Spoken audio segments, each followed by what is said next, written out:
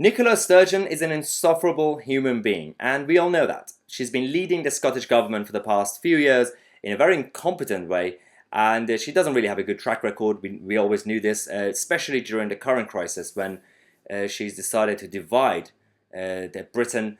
Boris Johnson and the UK government asked her to work together and go with one direction. Let us decide for the whole country. She said, no, I'm going to use the devolution powers that you guys gave me to divide this country. So when, for example, last week Boris announced that he wants to ease the lockdown slowly using 2 or 3 phases, she said, no, we're not going to go with your stay alert mentality. We're going to stay with stay at home. We're not even going to talk about easing the lockdown in Scotland. She woke up, she changed her mind. She's now going with Boris's plan. So we're going to talk about this, but also Priti Patel is finally ending the free movement. She passed her bill in Parliament. It was a second reading. And we're also going to talk about the reaction we've got because the middle class lefties and Remainers are freaking out. But let's start with Nicola Sturgeon. So in today's article, obviously, we're now talking about how she's finally decided to start talking about easing Scotland's lockdown measures. Now, the problem for her is that they are already 2 weeks behind England, and there's no real border, so people could still travel between these two places, especially from England to Scotland, unless they want to stop them. Now, this is one issue. Second issue is, are they actually ready? Because she's announced that by the end of next week, she wants to reopen garden centres, golf courses, and other things, and she's now getting attacked by a number of people because they say that she's not prepared. They haven't put anything in place in terms of to implement the test, trace, and isolate operation. Whereas in England, Boris Johnson's government, they spent the last month or so assessing and reviewing the whole thing every day to ensure that they are ready to announce that they are easing the lockdown. Because she's been going with the whole mentality of we're not even going to discuss this for a long time. They're not actually ready. So if we're going to end up with having some problems in this country, it will be in Scotland, thanks to her. It's a weird situation because it's making people, half the people to be anti-lockdown, the other half pro-lockdown. It's becoming some sort of tribal mentality like Brexit all over again. So this is the issue that she has. Now, the BBC decided to criticize her, which is a rare thing that we see these days. Usually we see the bias towards against the right. It's now against the left, which I don't really approve, just because the BBC is kind of right and they're saying something that we enjoy. We shouldn't really support the BBC. What they did here is also wrong. So they claim that Nicola Sturgeon is enjoying her powers to set her own lockdown rules, and Nicola Sturgeon's team have now rejected these claims. Firstly, it's true. The problem is the angling of this reporting.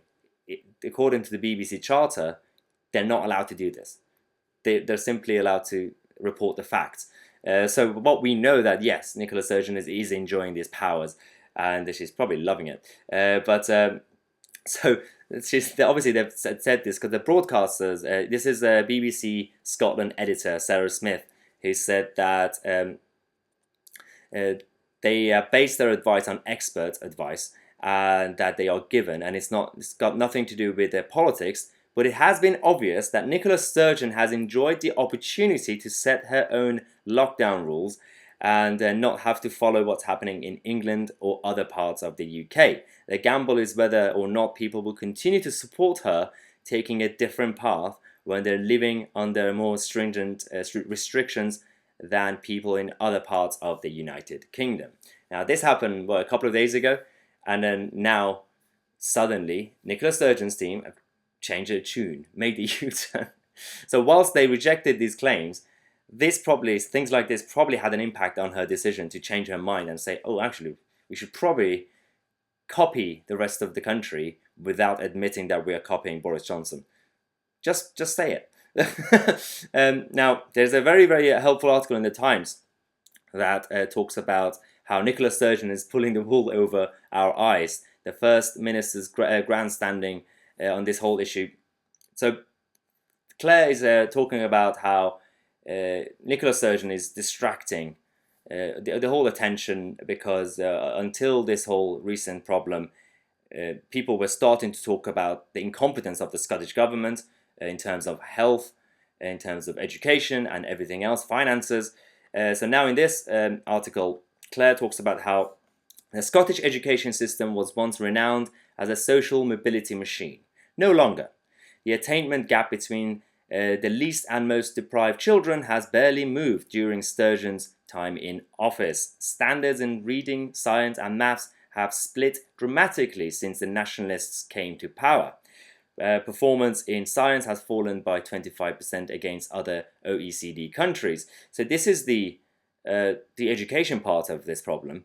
There's also the healthcare side, which the SNP's treatment targets have failed massively every single month. And before this crisis, record numbers were spending more than 12 hours waiting for treatment in the A&Es in Scotland.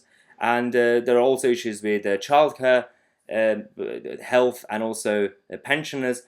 This is the Scottish government that they were voted in because there were no real opposition to be able to win at the time. The Labour Party was collapsing. The Tories weren't really fully trusted. So I do wonder, I mean, it's going to be very difficult for the Tories to completely win in Scotland. But if they were to find a way to bring down the SNP government, that would be ideal. The problem is, if the Labour Party comes up again, which is unlikely, they're also as bad as the SNP. So this is not really looking good. Now, what we have kind of been reported, obviously, with the free movement and the European Union issues, Priti Patel, the Home Secretary, decided to push ahead with these plans.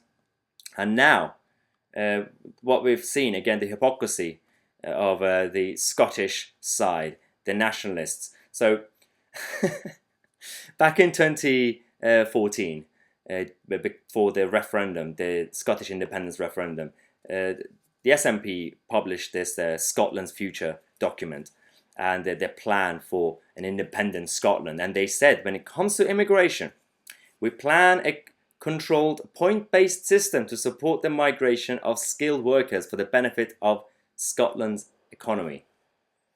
This is what they said. Priti Patel yesterday announced that her plan is to introduce a point-based system. The SNP tweeted, "Reckless, draconian, unforgivable." SNP MPs proudly voted against the Tory party's ideologically driven and deeply damaging immigration bill. I probably need a minute here. I don't know how to react to this, because this is what they said themselves. Where is it? Now they've changed their mind. So now we have the middle class lefties and Remainers taking the SNP side. On Twitter, one person said, Daniela said, 69% of EU citizens who work for the NHS would not be eligible for a visa under the new immigration system proposed by Priti Patel. This is a disgrace. That's not true. It's a point-based system. If we need more nurses, we will bring more nurses. If we don't need foreign nurses, we have enough people to train, then yes, they won't be able to come in. It's not difficult to understand. Second tweet, Tony, a Remainer Tony. Did I hear right that earlier in Parliament, Priti Patel referred to the government's new legislation as the People's Immigration Bill? I'm the bloody people as well, Priti, and you can stick this piece of regressive, spiteful legislation where the... Okay. It is the People's Immigration Bill, Tony. This is what the people voted for in December when they voted for Boris Johnson's government. This is the same people who also voted to leave the European Union, Tony. Yes, this is the People's Bill. Sue, who loves the NHS, obviously, says, Priti Patel said that we're ending the free movement to open Britain up to the world. This statement is equal... Okay. Again, they don't understand the point of a point-based system. Britain is going to be a global country when we leave the EU. But that means we have to take care of our own first. Look after your own country, your own people first. And when you need extra support, and also in terms of helping with the economy and trade, free trade, yes, we are open to the world, not just one tiny continent, Europe. Yes, Sue, that's the reality. So, the best one is Mehdi Hassan. I don't know how many of you know this guy. This is a very interesting character, very left wing. If the kind of immigration restrictions and hurdles that Priti Patel is so keen on had been applied to her own parents, she probably wouldn't be a British citizen today, let alone the Home Secretary. This is very, very wrong, the way lefties phrase these sort of things. It's discrimination. Immigration or any other policy, mass policy, done by any government is not based on individuals or individual stories. It's for the sake of the whole country. So it's regardless of, yes, in the past, decades ago, if Priti's parents had been forced to go through these restrictions, yeah, they probably wouldn't have been able to come in. So what? That's irrelevant to the whole point. But yeah, because the lefties always go with emotions. Everything is emotional. Everything's about intention, not fact or reality. So Mehdi, just be quiet, please. So this is what we have from these people this week. And the saga of Priti Patel's free movement is going to be continuing. The battle is not over, but we'll keep you guys posted as usual. We're going to have our daily vlog at 8 o'clock today. If you want to support the channel, then don't forget to check the link in the description. I'm Tousi. I'll see you guys in the next video.